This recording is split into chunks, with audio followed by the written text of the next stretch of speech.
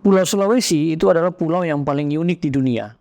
Nah, kalau saudara-saudara lihat di dalam peta, saudara perhatikan hanya ada satu pulau di dunia ini yang menyerupai huruf K. Ketika kemarin terjadi gempa bumi di Bawah Lemo dengan magnitud kurang lebih 5 ya. Nah, itu sebenarnya normal-normal saja. Kenapa? Karena gempa itu sebenarnya tidak membunuh. Yang membunuh itu adalah bangunan. Ini selalu menganggap bahwa ketika bencana itu terjadi maka kita dikutuk begitu, sehingga kita tidak bisa berbuat apa-apa. Nah, padahal dalam teori bencana, manajemen bencana, kita memang tidak bisa menghalangi bencana itu terjadi, tapi kita bisa mengurangi risiko yang terjadi.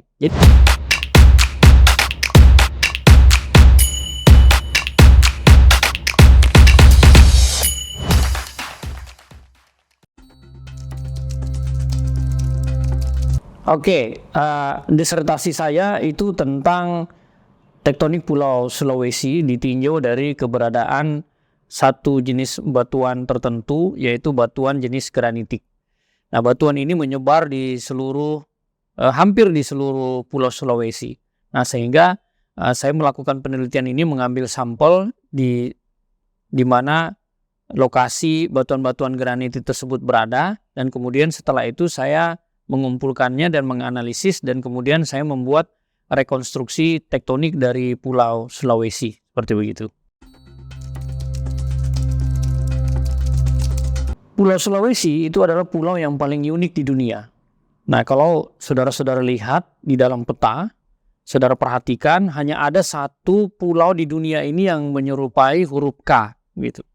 Nah, tentu saja bentuk dari Pulau Sulawesi ini mencerminkan proses geologi yang membentuknya, gitu. Nah, Pulau Sulawesi itu kalau kita lihat, dia membentuk ada lengan-lengannya. Ada lengan utara, kemudian lengan tenggara, kemudian lengan timur, dan lengan selatan. Masing-masing lengan tersebut itu mempunyai asal yang berbeda-beda, gitu. Yang lengan bagian utara yang membentuk Sulawesi Utara sampai dengan Gorontalo, ini berasal dari Filipina. Kemudian dari Mamuju sampai kemudian ke Makassar di Sulawesi Selatan, kita sering mengatakan dia lengan selatan. Ini berasal dari Pulau Kalimantan yang terpisah. Kemudian Sulawesi Tenggara, Kendari sampai kemudian di daerah Sorowako, ini berasal dari Australia, gitu. Nah, kemudian Sulawesi Timur, Sulawesi Tengah, ya, daerah Morowali dan lain sebagainya, itu berasal dari Kepulauan Pasifik, ya, atau di daerah Pasifik. Nah, mereka semua bersatu membentuk Pulau Sulawesi. Tentu saja itu adalah sebuah proses tektonik, ya, proses dinamika bumi yang sangat luar biasa. Nah, inilah yang kemudian menyebabkan saya tertarik, ya, kenapa saya ingin meneliti tentang tektonik Sulawesi. Di samping ya mungkin itu karena asal saya dari Sulawesi Selatan. Saya juga sebagai dosen di Universitas Hasanuddin, universitas terbesar di Indonesia, salah satu universitas terbesar di Indonesia yang kebetulan lokasinya ada di Pulau Sulawesi. Nah, sehingga saya mengatakan bahwa harus ada orang yang ahli tentang tektonik Sulawesi ini. Nah, itulah salah satu alasan mengapa saya kemudian memutuskan untuk berkonsentrasi dengan bidang ilmu yang kemudian mengkaji secara umum tentang tektonik Pulau Sulawesi, begitu.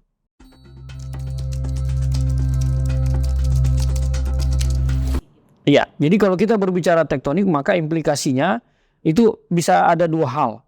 Yang pertama itu kita bisa dari sisi sumber daya alam. Nah, karena proses-proses tektonik inilah yang kemudian mengontrol keberadaan dari sumber daya alam, terutama sumber daya mineral dan energi, begitu. Jadi kita punya nikel. Nah, kemudian kita punya emas. Kita punya minyak dan gas bumi, kita punya batu bara di Sulawesi. Itu semua terbentuk akibat proses tektonikisme, akibat proses tektonik. Nah, jadi kalau kita berbicara tektonik, berarti kita berbicara keberadaan sumber daya alam. Dalam hal ini yang bernilai ekonomis, yang kemudian bisa dimanfaatkan untuk kesejahteraan masyarakat. Itu satu hal. Sementara dalam hal lain, berbicara tektonik juga kita berbicara tentang gempa. Karena ketika dia bergerak, maka dia terjadi gempa, ya. Kita juga akan berbicara tentang gunung api. Kita akan berbicara tentang tsunami. Jadi intinya kita akan berbicara tentang bencana alam. Jadi satu ini yang memberikan kita kesejahteraan kalau dikelola dengan, tentu saja dikelola dengan upaya yang baik. Yang satunya ini bencana alam dan dia akan mengancam jiwa, ya, mengancam infrastruktur yang ada dan lain sebagainya. Nah, inilah yang kemudian membuat saya merasa bahwa ya ini penting untuk kemudian mengkaji tektonik Sulawesi ini, ditambah ternyata ada beberapa daerah-daerah di Sulawesi ini yang kemudian di situ banyak sekali manusia tinggal. Di situ justru kondisi tektoniknya itu sangat rentan. Nah, rentan dengan apa? Rentan dengan bencana gempa bumi, rentan dengan bencana tsunami, rentan dengan bencana gunung api, rentan dengan bencana tanah longsor. Nah, ini yang kemudian saya merasa bahwa saya harus mensosialisasikan dengan bahasa populer yang kemudian bisa diterima oleh masyarakat banyak, bisa dimengerti, sehingga kita bisa at least mengurangi resiko ketika bencana alam tersebut terjadi, gitu.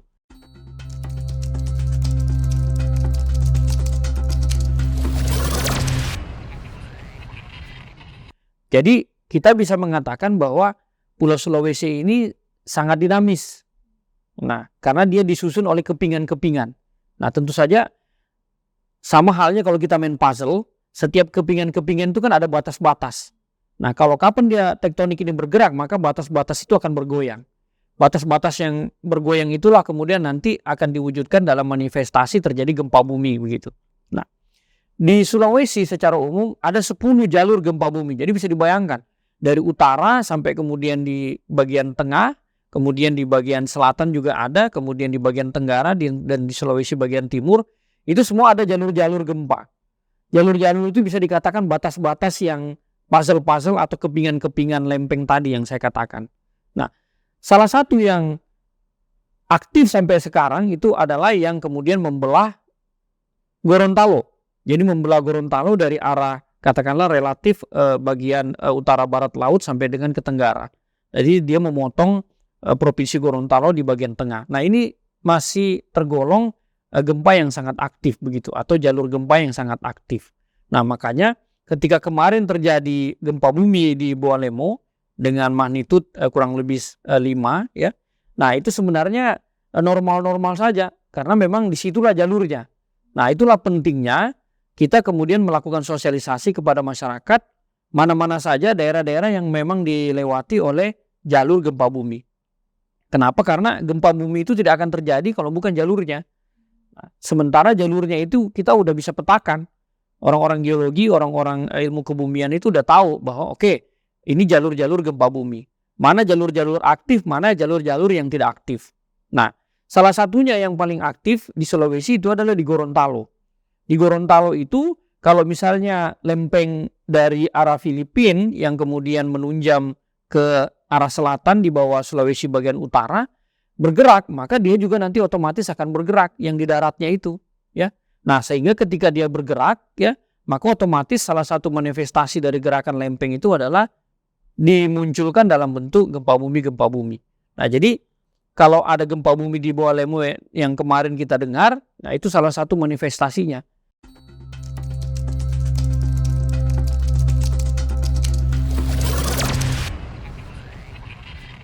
Ya, betul. Ya, jadi kenapa kita mempelajari gempa itu sebenarnya ujungnya adalah untuk mitigasi. Ujung-ujungnya adalah untuk melakukan mitigasi. Ujungnya itu kita harapkan dengan aplikasi. Salah satu aplikasi ilmu ini adalah kita bisa mengurangi korban, mengurangi risiko yang terjadi. Misalnya contoh, karena kita tahu bahwa daerah ini merupakan daerah jalur gempa, sehingga kalau kita misalnya ingin membangun bangunan di daerah tersebut, maka kita harus mengikuti standar bangunan anti gempa, gitu ya. Supaya kalau terjadi gempa maka bangunan ini tidak akan runtuh. Kenapa? Karena gempa itu sebenarnya tidak membunuh. Yang membunuh itu adalah bangunan. Karena bangunan dibangun tidak menggunakan standar yang memang betul-betul memenuhi standar gempa, maka ketika gempa terjadi sedikit saja, bangunan akan runtuh. Bangunan akan runtuh menimpa orang-orang yang ada di dalam bangunan tersebut. Itulah yang kemudian menyebabkan terjadinya korban jiwa begitu. Nah, karena kita udah mempelajari bahwa di daerah tersebut ada jalur gempa yang aktif, maka kita bisa mengaplikasikan bahwa kalau ingin mendirikan bangunan maka harus memenuhi syarat-syarat seperti ini. Bangunan anti gempa begitu. Dari materialnya, dari konstruksinya, dari strukturnya, supaya kalau terjadi gempa maka bangunan tersebut tidak akan runtuh. Nah, ini kan paling tidak kita sudah meminimalkan ya korban begitu. Nah, kemudian contoh yang lainnya jembatan. Nah, kalau misalnya kita tahu daerah tersebut adalah jalur gempa aktif, maka jembatannya juga harus dibangun jembatan yang tahan gempa gitu. Jangan kemarin seperti yang di Palu kan. Yang di Palu itu jembatan di tengah-tengah sungai, begitu ada gempa, jembatannya rubuh gitu kan.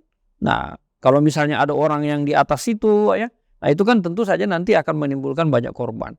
Nah, yang terakhir mungkin jalanan. Nah, kalau kita tahu bahwa jalanan ini merupakan jalur gempa, maka kita bisa melakukan desain jalanan supaya tidak terjadi longsor. Gitu kan? Karena kan kalau ada gempa itu kan ada getaran. Nah, kalau misalnya banyak lereng-lereng yang kemudian terjal, kemudian material-materialnya itu kita tidak amankan, sedikit saja terjadi gempa, pastikan jalan-jalan itu nanti akan katakanlah mungkin terjadi longsor dan kemudian menyebabkan transportasi nanti akan macet. Transportasi macet, maka logistik akan terganggu. Logistik terganggu, harga-harga makin mahal, dan lain sebagainya seperti itu. Nah, terjadi kekacauan. Nah, itulah salah satu aplikasi dari mempelajari ilmu tektonik tadi, wabil khusus untuk katakanlah mungkin bencana gempa bumi begitu.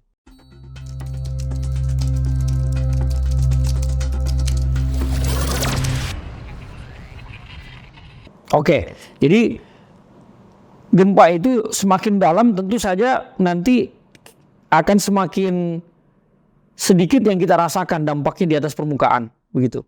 Jadi kalau misalnya gempanya 110 km tuh di kedalaman, nah berarti kita bisa mengasumsikan dia relatif dalam. Tapi kalau gempanya sampai dengan cuman sekitar 15 km dari permukaan, berarti kan dia relatif dekat dengan permukaan. Sementara gempa itu kan dirasakan paling keras itu di permukaan ya. Apalagi tergantung nanti gelombangnya, tapi itu barangkali mungkin sangat ilmiah. Yang ingin saya katakan adalah bahwa semakin dangkal satu gempa atau pusat gempa, maka biasanya ya dia nanti akan semakin terasa di permukaan. Nah, jadi kalau misalnya gempanya itu dalam, ya kemudian memang batuannya di situ menyerap energi, maka biasanya dia tidak akan terlalu terasa di atas permukaan. Tapi kalau misalnya gempanya itu kemudian relatif lebih dangkal, dia dekat dengan permukaan, ya kemudian jenis-jenis batuannya di situ juga sangat mendukung, maka getarannya itu bisa sangat-sangat besar dan itu akan mempengaruhi magnitude yang kita rasakan di atas permukaan begitu. Nah, jadi kalau dia dalam, ya biasanya kita tidak terlalu merasakan, ya. Tapi kalau dia dangkal, pada umumnya kita akan sangat merasakan, sehingga itulah yang kemudian menyebabkan ada bangunan yang langsung hancur, ya. Ada kemudian katakanlah mungkin jalanan yang longsor ya.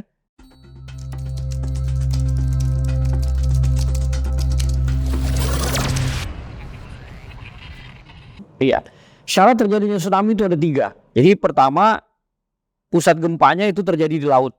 Ya, kalau dia pusat gempanya terjadi di laut, maka terjadi gangguan ya, terjadi gangguan pada permukaan laut.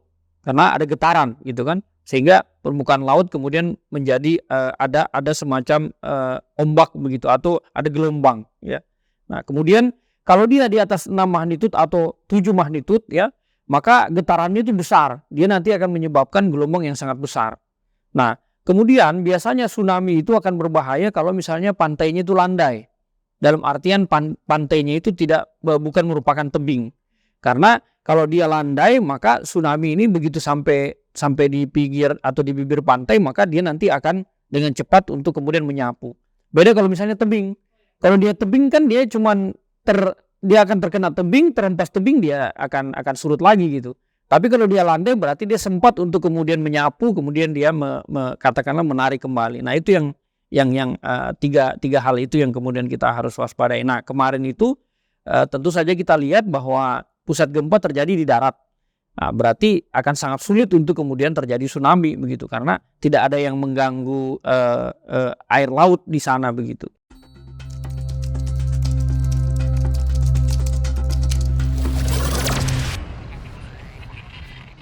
Iya, jadi inovasi-inovasi dalam bidang ilmu ini sebenarnya udah banyak, ya.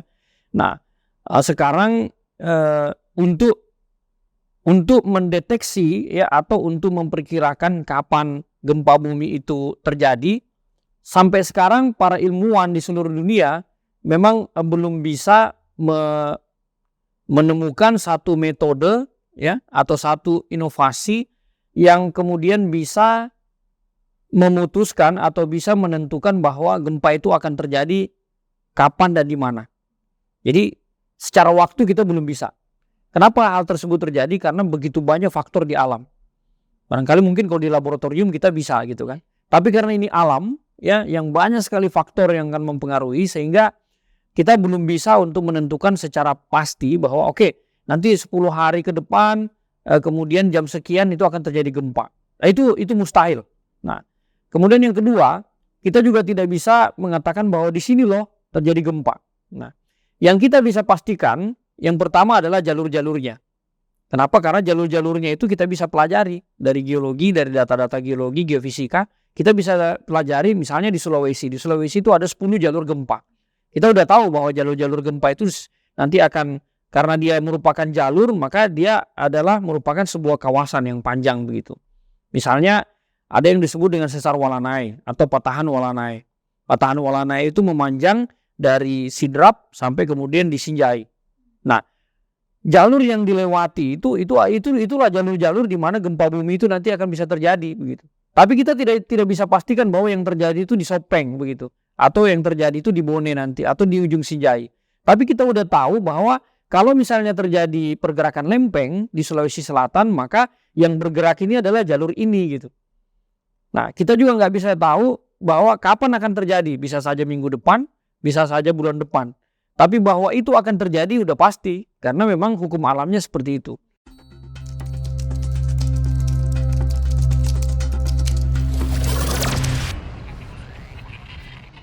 Iya, jadi seperti daerah Gorontalo. Daerah Gorontalo itu adalah sebuah daerah yang sangat aktif dari sisi tektoniknya. Sehingga ke depannya itu pasti akan terus terjadi gempa bumi terus. Ya, jadi itu tidak ada hubungannya dengan mereka akan dikutuk apa dan sebagainya begitu. Nah, sehingga mereka itu sudah harus melakukan upaya-upaya mitigasi ke depan. Upaya mitigasi atau upaya untuk mengurangi dampak yang ditimbulkan terhadap suatu bencana, terutama bencana gempa bumi, itu bisa dilihat dari dua hal. Yang pertama disebut dengan mitigasi struktural atau mitigasi yang fisik, dan mitigasi non-struktural atau mitigasi yang non-fisik begitu.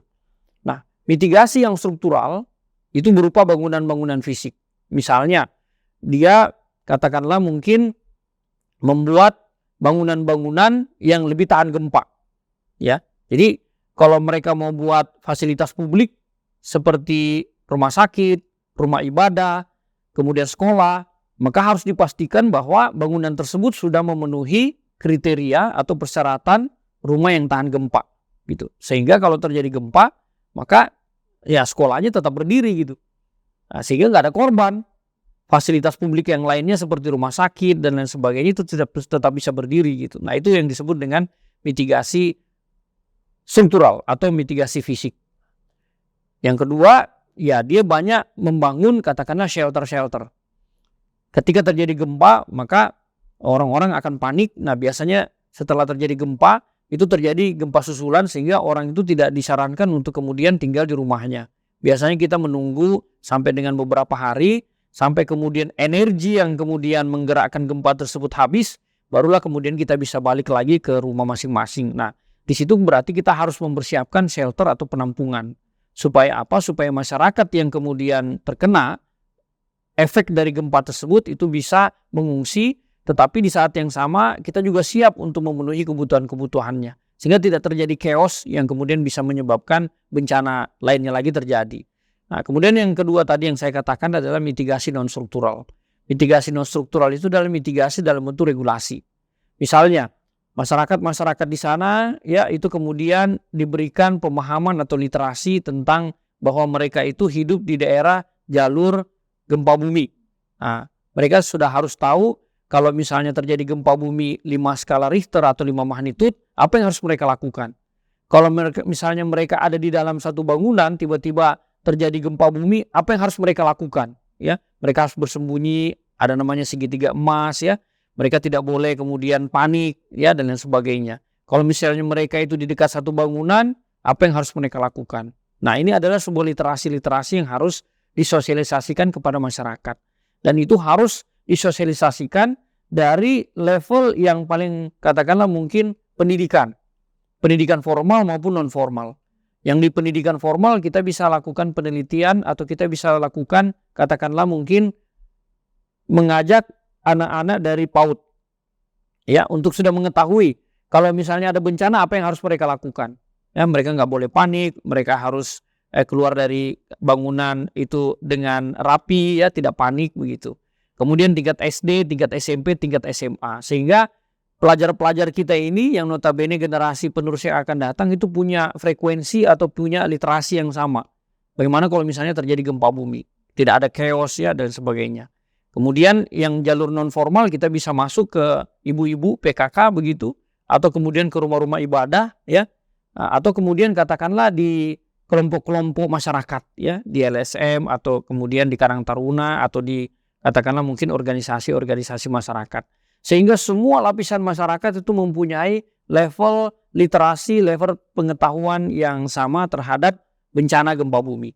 Gitu sehingga di Gorontalo nanti ya gempa terjadi, tetapi korban itu yang akan minimal begitu. Kenapa? Karena they know what to do.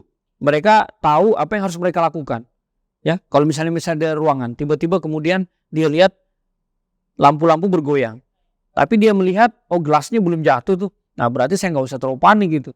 Mungkin gempa-gempa pasti masih di bawah 5 skala Richter, 5 magnitude.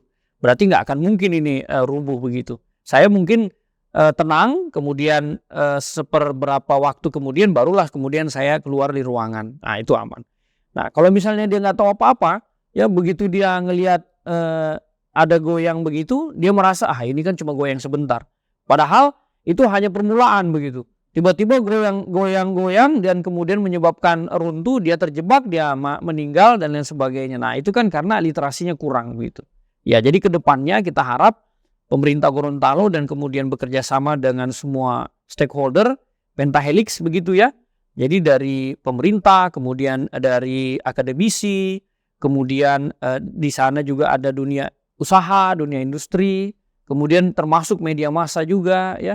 Nah, kemudian ini sudah harus bersinergi ya sehingga mereka sudah punya sistem ketika terjadi bencana yang lebih besar nanti ya kita harapkan tidak terjadi. Mereka sudah tahu harus kemana, fungsinya apa ya sehingga mitigasi atau usaha untuk meminimalkan dampak itu bisa lebih maksimal gitu.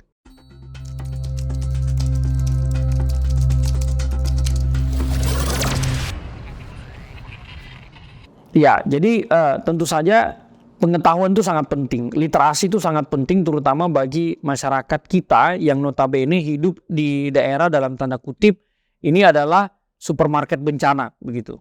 Nah, apa yang terjadi sekarang di kita ini selalu menganggap bahwa ketika bencana itu terjadi maka kita dikutuk begitu sehingga kita tidak bisa berbuat apa-apa. Nah, padahal dalam teori bencana, manajemen bencana, kita memang tidak bisa menghalangi bencana itu terjadi. Tapi kita bisa mengurangi risiko yang terjadi. Jadi kita diberikan pilihan. Itulah fungsi dari ilmu pengetahuan dan teknologi. Iptek itu diturunkan ke kita, ya kita diberi akal pikiran. Itu kan untuk mengelola hidup ini supaya kita itu bisa mempunyai kualitas hidup yang lebih baik. Nah, karena kita sudah tahu bahwa kita hidup di negara dengan kondisi kebencanaan yang sangat banyak, sangat luar biasa, maka kitalah yang kemudian harus beradaptasi. Nah, harus beradaptasinya jangan pasrah. Karena kalau kita pasrah berarti kita tidak menggunakan yang telah dikaruniakan oleh Allah Subhanahu wa taala, Tuhan yang Maha Kuasa. Nah, sehingga kita harus menggunakan inovasi, menggunakan ilmu pengetahuan dan teknologi untuk melakukan mitigasi, untuk mengurangi risiko bencana terjadi, ya kan? Kalau bangunan-bangunan semua kemudian dibangun berdasarkan standar gempa bumi, maka walaupun gempa terjadi, ya kita ada di dalam rumah, kita tidak akan jadi korban gitu. Dibandingkan kalau misalnya bangunan-bangunan tersebut itu dibangun tidak mempunyai standar yang pasti, ya standar anti gempa. Nah, berarti makin banyak orang yang akan menjadi korban. Dan tidak itu saja, kita juga berharap bahwa dengan mereka punya literasi yang cukup ya, nah sehingga mereka itu bisa lebih tenang lagi dalam menghadapi hidup ini. Mereka tidak perlu katakanlah mungkin panik, mereka juga tidak perlu katakanlah mungkin mengungsi atau meninggalkan tempat-tempat mereka, tapi mereka sudah punya persiapan yang lebih kuat lagi dan lebih baik lagi dalam menghadapi bencana, karena kita tinggal di sebuah daerah, sebuah pulau yang memang secara tektonik, secara geologi itu sangat kompleks. Saya kira begitu mungkin. Ya, terima kasih Unas TV.